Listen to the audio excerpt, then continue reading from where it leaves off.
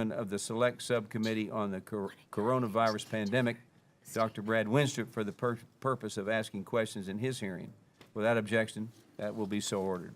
So with that, I will yield to our distinguished ranking member from New York, Ms. Velázquez. Thank you, Chairman Williams, and welcome back to the committee, Mr. Ware. First, let me thank you and the federal employees who work for the Office of the Inspector General. The past 3 years has been extremely challenging for the SBA and your office as well.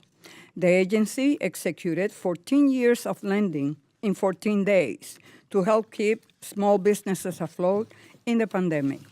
It is important to note the impact of the agency's efforts on American small business. Since President Biden took office, entrepreneurs have started a record number of small businesses who have created jobs at a rapid pace. Small firms have paved the way for some of the lowest unemployment rates in recent times, and we got more good news yesterday as annual inflation dropped to its lowest rate since 2021 to 3%. Despite these successes, any program of the magnitude of SBA's COVID lending measures is bound to encounter serious issues. And your office has been working around the clock, issuing reports and launching investigations to combat the potential fraud in the pandemic relief programs. Turning to your report, your office estimates that there is $200 billion in potentially fraudulent COVID EIDL and PPP loans, which is unsettling. The SBA issued a report the same day and found that $36 billion of the $1.2 trillion in pandemic relief was likely obtained fraudulently. Further, 86% of the fraud occurred in the first 9 months of the pandemic under the Trump administration. The findings in these two reports are widely different and, quite frankly, confusing.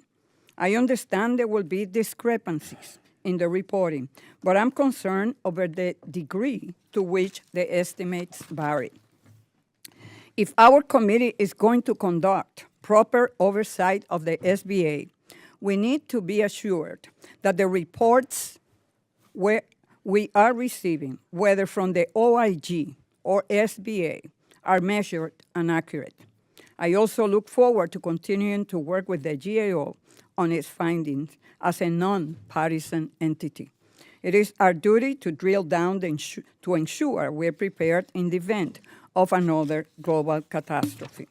To date, your oversight and investigative work has resulted in over 1,000 indictments, over 800 arrests, and nearly 550 convictions. And approximately $30 billion in aid was seized or returned. Your efforts are to be commended, but more work will need to be done to hold wrongdoers accountable and recover taxpayers' dollars. As you know, I sponsor bipartisan legislation to extend the statute of limitations for fraud in the PPP and EIDL programs, which became law.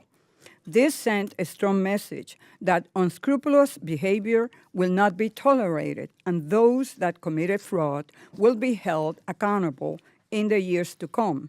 To capitalize on these two new laws, I understand you will need the full FY 2024 budget request. Unfortunately, Republicans in Congress want to pare funding back to FY 2022 levels, and the most recent proposal provides $32 million for the OIG, hindering your ability to recover fraudulent funds.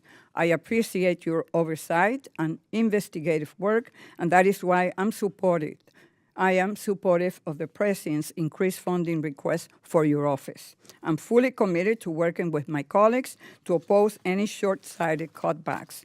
With that said, I fully expect that you will work closely with the SBA to further refine this data and help to close the gap between the two estimates. In closing, I would like to request that the SBA respond to your invitation to testify before the committees today, and their response to the OIG's white paper be entered into the record.